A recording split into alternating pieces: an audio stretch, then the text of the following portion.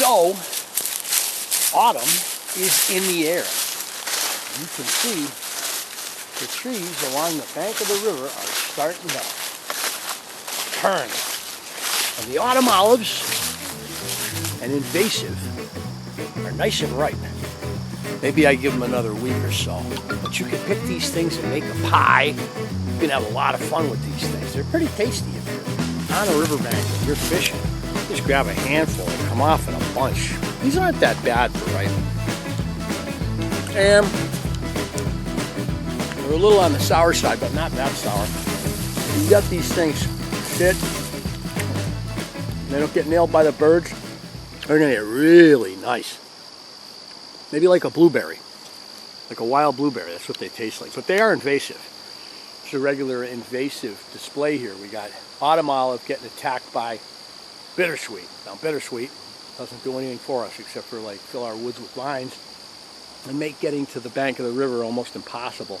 But we're gonna get down there. We're gonna give it a shot with the fly rods. We've got the dry fly, maybe streamer, and then the Euro set up. So we'll give it a shot, see what happens. Smallmouth action. We're going for the trout today. So smallmouth are incidentals. First day that I've been wearing waders. Okay, so I get it over here into the right side of the tongue. And now I'm going to let it drop. Drops to the bottom. When it goes slack, it's on the bottom. And now I'm going to just pick it up. Oh, missed one. Oh, flip it again.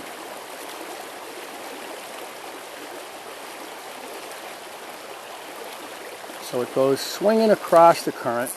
I'm going to let it have a little bit more line.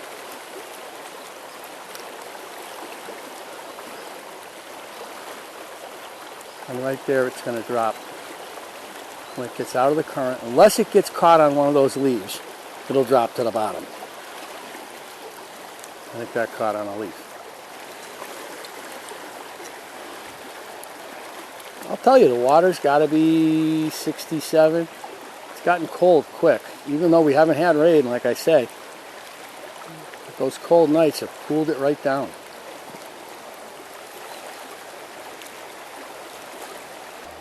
Oh, it simulates a nymph rising up when you do that.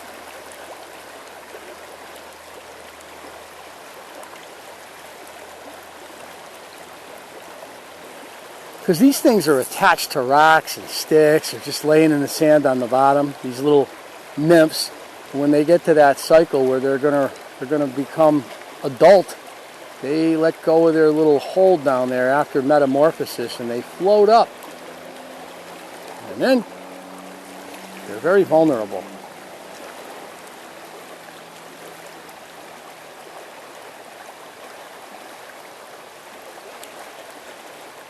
There we go, we got somebody. Who do we got here? Probably a bass. Oh, yes.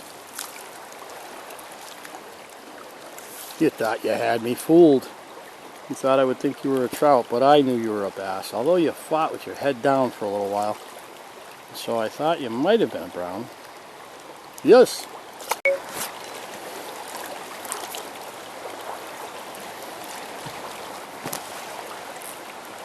Another one. Well, we found the bass.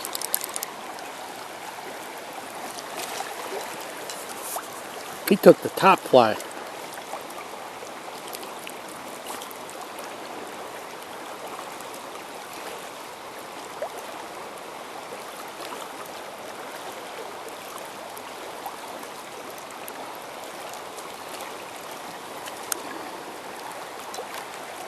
Trying to do his best to mess me up.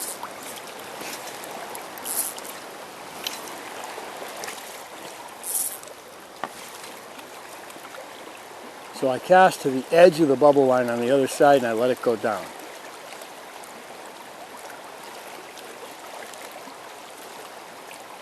And there's another one.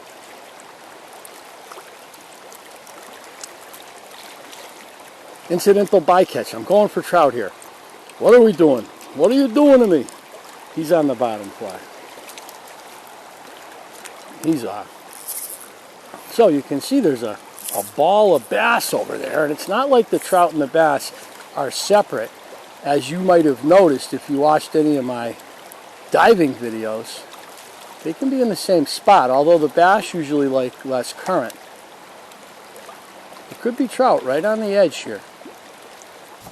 So up top here, the water is very low. So what we have is a nice spill, but it's as low as I've ever seen it. And this is usually a really great place to catch fish, right? To catch trout, to catch bass. I don't know how it's going to be in this low water though. The thing about a river is if you're fishing the river and it's windy, you can always look at the direction of the wind and move to a spot where, there we go. What we got here? Oh, we got a trout. That was like the presentation that you don't want, and yet the trout wanted it. I cast it up. Oh, we got off. Darn it, I didn't get to show it to you. That was about probably 12, 14-inch brown. And I didn't deserve to catch that because I did everything wrong. Meaning, I cast it up current, and then up here. And what I was doing was I was moving faster than I should have been. I was moving it on down the current, like blazing, like moving fast. Let me try that again. Maybe there's a honey hole of them up there. So it hits, and now I'm moving it. That guy shocked me. I was like, what do we got here? Thought I was stuck.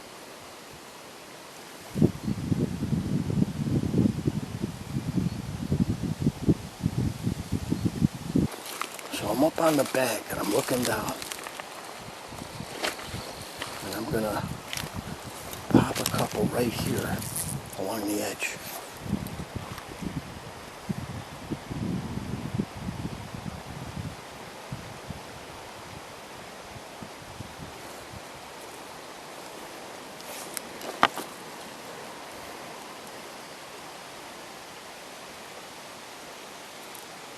There's a hit.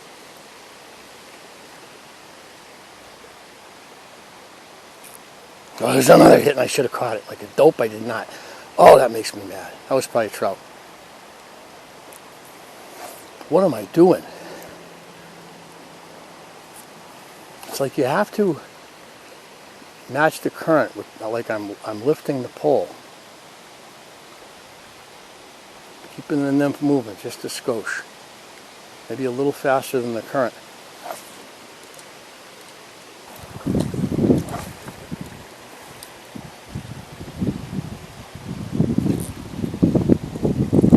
There's a trout, little one.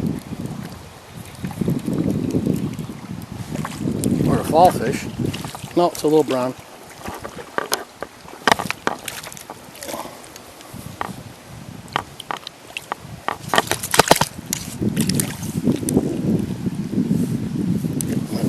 Right through the net.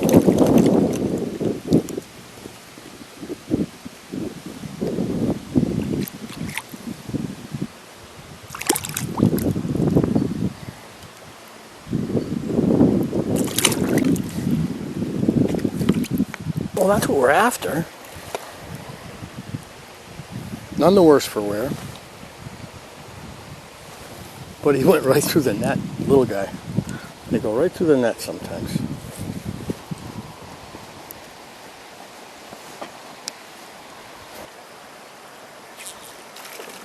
Another one. That was another little brown. He got off quick.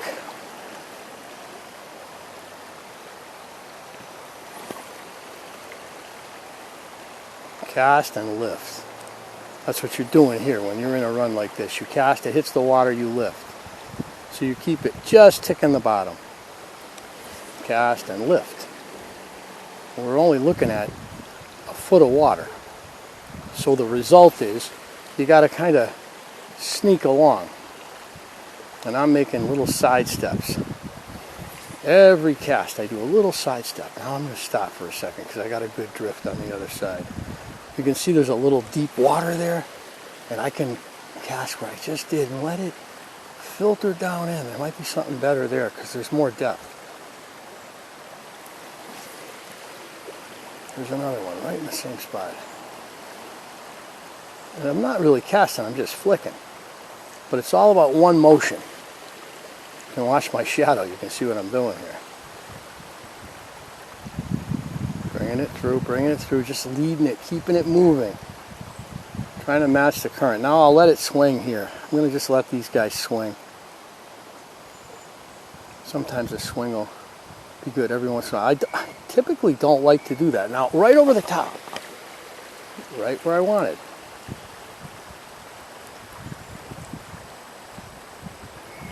Now I'm going to hit the bubbles out there. And again, I got to lift.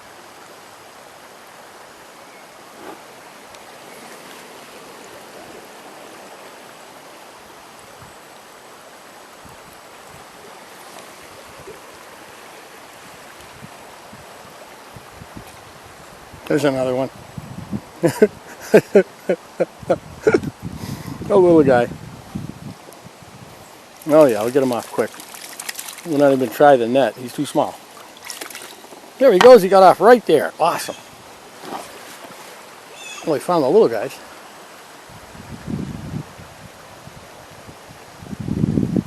This is where barbless helps. I got 2 barbless hooks on. The front one might have a little barb. I don't think it does. So I'm going to walk across this little slide, and I'm going to throw on the right side where it's deeper and see what happens. I just kind of prospect along here as I walk, because sometimes these little slides are hot.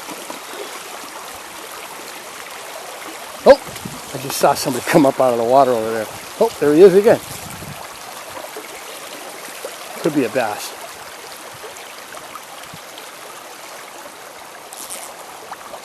Left my dry fly pole on the opposite shore.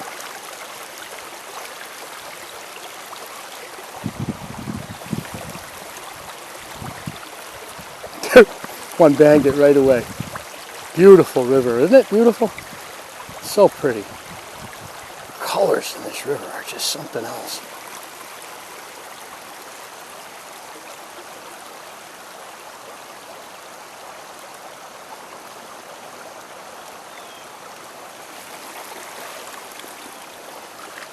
I was right. There are, in fact, fish over here on this side where it's a little deeper. Just a little... Oh! Immediate hit. Darn it.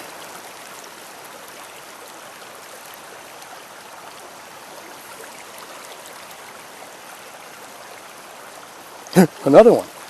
I don't know what they are. They could be chubs. They're not sticking.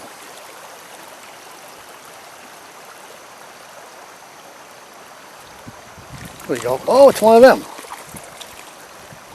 Oh, he got off. The barbless hook paid off, but another little brown.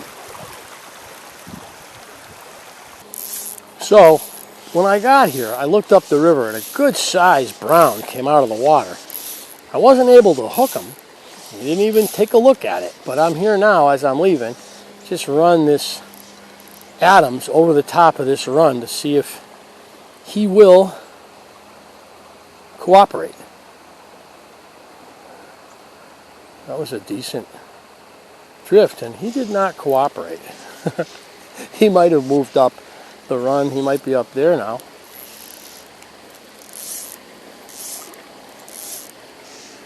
Actually, there's a boulder up there that would be a good fish holding spot that I did have a whack on the Euro nymph on. Oh, went right over it. Nobody home. Let's try over against that shore, and then we'll call it for this area. Okay, on the inside lip of the current. And it's going to come through that spill in. And we'll see. Anybody home? Anybody home? Anybody home? Anybody home? Nobody's home. Oh no. I feel bad for this river this summer. It really has been in quite a drought. And I feel like it probably has had a effect on our fish, our browns especially, because they'd be vulnerable to attack from above, from, for instance, the wily osprey, or the otter, or the raccoon, or there's so many enemies, the bald eagle, or there's just everybody wants a piece of these guys. Even though the signs say no come, the fish, the fish have been swimming in this river, which is not the cleanest river on the planet, and you're not supposed to eat them, but the animals don't know that. Gotta put a sign facing up in Osprey. Well, it was a nice day on the Housatonic. Didn't catch a ton, but had some fun. And that's what it's all about. Didn't do any yabbering about history. I'm sure you're mad at me for that. Next time.